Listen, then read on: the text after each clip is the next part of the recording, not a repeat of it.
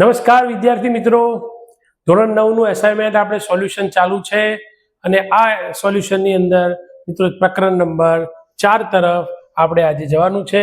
વિભાગ બી નું સોલ્યુશન ચાલુ છે। દાખલા નંબર પહેલાની વાત કરીએ, જો x બરાબર 2 y બરાબર 1 એ સમીકરણ 2x + 3y બરાબર k નો એક ઉકેલ હોય તો k ની કિંમત શોધો। બહુ એકદમ સિમ્પલ દાખલો છે। આપણને કીધું છે 2x + 3y બરાબર k આપેલું છે અને k ની એક ઉકેલ મેળવવાનો છે। તો જ્યાં x હોય ત્યાં 2 મૂકી દો મિત્રો અને જ્યાં y હોય ત્યાં 1 બરાબર k।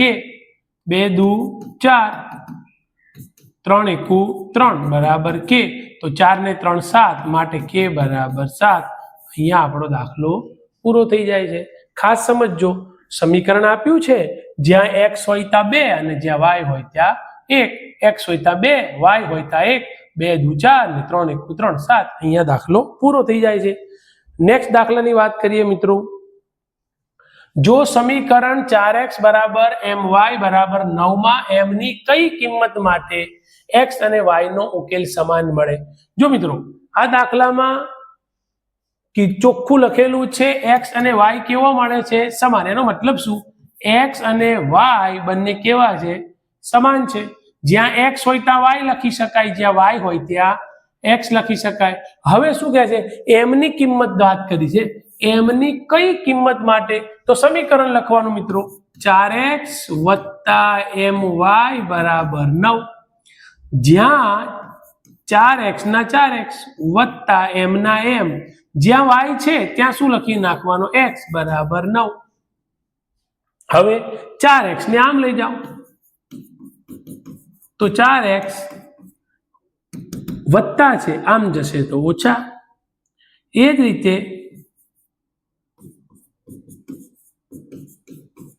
એનું હવે આ x ગુણાકારમાં છે, આપણે m ની કિંમત શોધવાની। x ગુણાકારમાંથી ક્યાં જશે, ભાગાકારમાં। તો આપણને પૂછ્યું છે શું, m ની કઈ કિંમત માટે, તો m બરાબર 9 - 4x છેદમાં x, જ્યાં અહીંયા x નોટ ઇક્વલ ટુ 0, અહીં લખી નાખો x બરાબર નોટ ઇક્વલ ટુ 0। તો આવી રીતે મિત્રો સિમ્પલ x અને y ની સમાન કિંમત કીધી છે તો બંને સરખા થશે, અને બંને સરખા થાય તો x હોય ત્યાં y લખી શકાય, y હોય ત્યાં x લખી શકાય। અને આપણે કરવાનું શું મિત્રો, સમીકરણ લખવાનું, x છે તો ત્યાં તો x, પણ y છે ત્યાં પણ શું લખી નાખવાનું, x। 4x ને આમ લઈ જાઓ, mx બરાબર કિંમત x ગુણાકારમાંથી ક્યાં જશે, ભાગાકારમાં। આ આપણો જવાબ। નેક્સ્ટ વાત કરીએ દાખલા નંબર 3, સમીકરણ πx + y બરાબર 11 ના 4 ભિન્ન ઉકેલો મેળવો। મિત્રો ભિન્ન ઉકેલમાં એવું છે, તમને ફાવે એ રકમ ધારીને તમે ઉકેલ મેળવી શકો, બરોબર છે। તો ચલો ત્યારે આપણે મેળવીએ। સૌપ્રથમ આપણે લખી નાખીએ અહીંયા πx + y બરાબર 11। તો આપણે સૌપ્રથમ છે ને x બરાબર 0 લઈ લઈએ, તો પાઈ ના પાઈ, x હોય ત્યાં 0 વત્તા y બરાબર 11, પાઈ નો 0 સાથે ગુણાકાર કરો તો 0 થશે, y બરાબર 1। તો શું ઉકેલ મળ્યો કહો તો, 0 ની કોઈ વેલ્યુ ખરી ના, તો ઉકેલ શું મળ્યો, જો કે x જ્યારે 0 હોય ત્યારે y બરાબર 1, પહેલો ઉકેલ। ચલો બીજા ઉકેલની વાત કરીએ, આપણે બીજા ઉકેલને 1 લઈ લઈએ, તો સમીકરણ આનું આ જરા સમજજો, પાઈ ના પાઈ, x હોય ત્યાં કેટલા મૂકી દેવાના, 1, y ના y બરાબર 11, પાઈ એકુ પાઈ વત્તા y બરાબર 11, પાઈ ને આમ લઈ લો તો વત્તા આ જે પાઈ છે આમ જશે તો માઇનસ થઈ જશે। તો શું જવાબ મળ્યો, તો આ જવાબ તમારી સામે લખું, x 1 હોય ત્યારે પાઈ 11 - y બરાબર 11 - પાઈ। અચ્છા, અહીંયા 1 લો, 2 લો, 3 લો, ફાવે ધારી શકો છો, કોઈ પ્રોબ્લેમ નથી। ફરી વાર કરીએ, આપણે x બરાબર 2 ધારી લઈએ, તો જો અહીંયા પાઈ છે ત્યાં પાઈ જ રહેશે, પણ જ્યાં x છે ને ત્યાં કેટલા મૂકી દેવાના, 2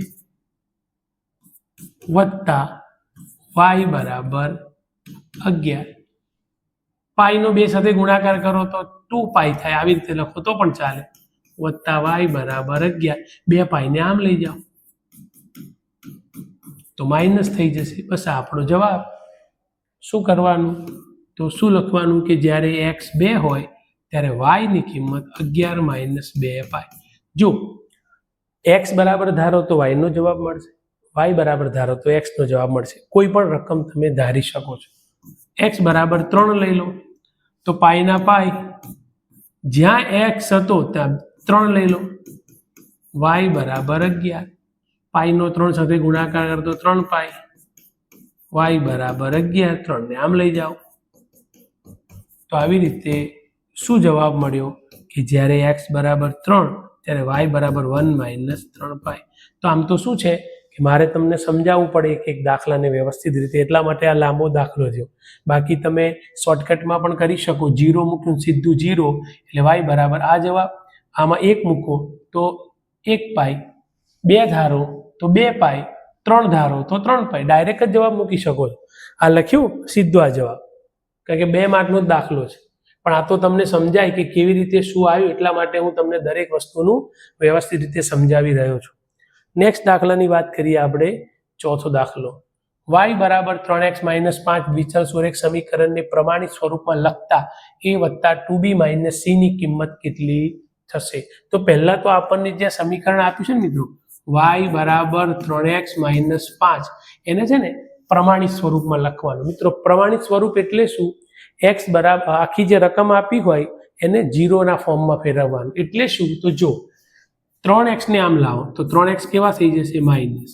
પછી y તો એ તો હતા જ. -5 ને આમ લાવો તો +5 અને બરાબર 0. આને કહેવાય પ્રમાણિત સ્વરૂપ. બરાબર ને? તો આપણે અહીં લખવું હોય ને તો આપણે આવું લખી દેવાનું કે ભાઈ પ્રમાણિત સ્વરૂપ. આપણે પ્રમાણિત સ્વરૂપમાં લખવાનું છે તો આપણે આવું લખી નાખવાનું કે ભાઈ પ્રમાણિત સ્વરૂપ.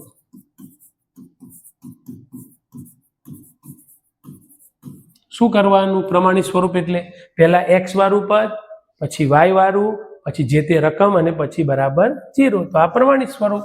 બીજો એક પ્રશ્ન કર્યો છે a વત્તા 2b માઇનસ c, એટલે a વત્તા 2b માઇનસ c ની કિંમત શોધો. તો તમે જુઓ x ની આગળ હોય ને એને a કહેવાય, એટલે a બરાબર કેટલા? તો કે સાહેબ -3.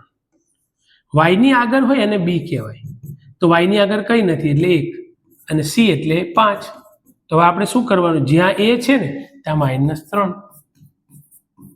જ્યાં b છે ત્યાં 1, અને જ્યાં c છે ત્યાં 5. -3, 2 એકુ 2, 5, -3 -5 એટલે -8, અને 2 ના 2, 8 માંથી 2 જશે તો 6. કેવા છો પણ? માઇનસ. તો આવી રીતે મિત્રો આ દાખલામાં પ્રમાણિત સ્વરૂપ ફેરવવાનું, અને પછી એ ફેરવ્યા પછી x ની આગળ હોય અને a કહેવાય, y ની આગળ હોય અને b કહેવાય, અને આ હોય અને c કહેવાય. એ પ્રમાણે આ જે સમીકરણ છે એમાં ગોઠવીને જવાબ લાવી દેવાનો છે. તો અહીંયા આપણા દાખલા જે છે એ ચોથો દાખલો પૂરો છે. હવે પાંચમો દાખલો, સમીકરણ x વત્તા 2y બરાબર 6 ના 4 ભિન્ન ઉકેલ મેળવો. તો અહીંયા 4 ઉકેલ મેળવીએ. x વત્તા 2y બરાબર 6. તો એક જ વાત છે મિત્રો, આપણે y જ ધારી લઈએ. તો જો y ધારી લેવાય, y બરાબર 0 ધારી લઈએ. તો જો હમણાંના દાખલા મેં તમને કીધું કે લાંબુ ના કરવું હોય, 2 માર્કનો દાખલો છે, શોર્ટમાં પણ પતાવું તો પતાવી દેવાય. કેવી રીતે ગણી શકાય? તો જો x ના x, y હોય ત્યાં 0, તો 2 એકુ y હોય ત્યાં 0, તો 2 નો 0 સાથે ગુણાકાર કરો તો x બરાબર 6. તો આપણને શું જવાબ મળ્યો? તો કે સાહેબ x 6 હોય ત્યારે y 0. ચલો બીજું, y બરાબર 1, તો x વત્તા 2, y હોય ત્યાં 1 બરાબર 6. તો તમે જોજો 2 એકુ 2, 2 આમ જશે તો માઇનસ, 6 માંથી 2 જશે તો 4. તો શું ખબર પડી? x 4 અને y 1. યાદ રાખજો, પહેલા x અક્ષ જ લખાય પછી y અક્ષ. એ જ રીતે ફરી x વત્તા 2y, એમાં આપણે y બરાબર 2 ધારી લઈએ, 2 ધારી લઈએ. તો આ સમીકરણ જુઓ તમે, ખાસ સમજજો. x ના x, વત્તાના વત્તા 2 ના 2 જ્યાં વાય છે ત્યાં 2 મૂકી દો અને બરાબર 6 2 દુ 4 થાય ને 2 દુ 4 4 આમ જશે તો માઇનસ 6 માંથી 4 જશે તો 2 તો આપણને જવાબ મળી ગયો x હોય ત્યાં 2 તો y પણ 2 એ રીતે y બરાબર 3 ધારી દો કેટલા ભિન્ન બિંદુ મેળવવાના છે 4 તો ફરી પાછું x 2 જ્યાં y હોય ત્યાં 3 દુ 6 6 આમ જશે તો માઇનસ 6 માંથી 6 જશે તો 0 તો x 0 તો y 3 આવી રીતે મેં અહીંયા y ધાર્યા તમારે x ધારવું હોય તો y જવાબ આવશે y ધારવું હોય તો x જવાબ આવશે અને ફાવે રકમ મેં અહીંયા 0 1 2 3 ધારીની જગ્યાએ તમે 10 20 30 40 ધારવા હોય -1 -2 -3 -4 ધારવા હોય ફાવે રકમ ધારી શકાય કોઈ જવાબમાં ભૂલ પડશે નહીં પૂરેપૂરા બધા દાખલા સાચા જ ગણાશે ભલે ને અલગ અલગ બધા વિદ્યાર્થીનો જવાબ આવે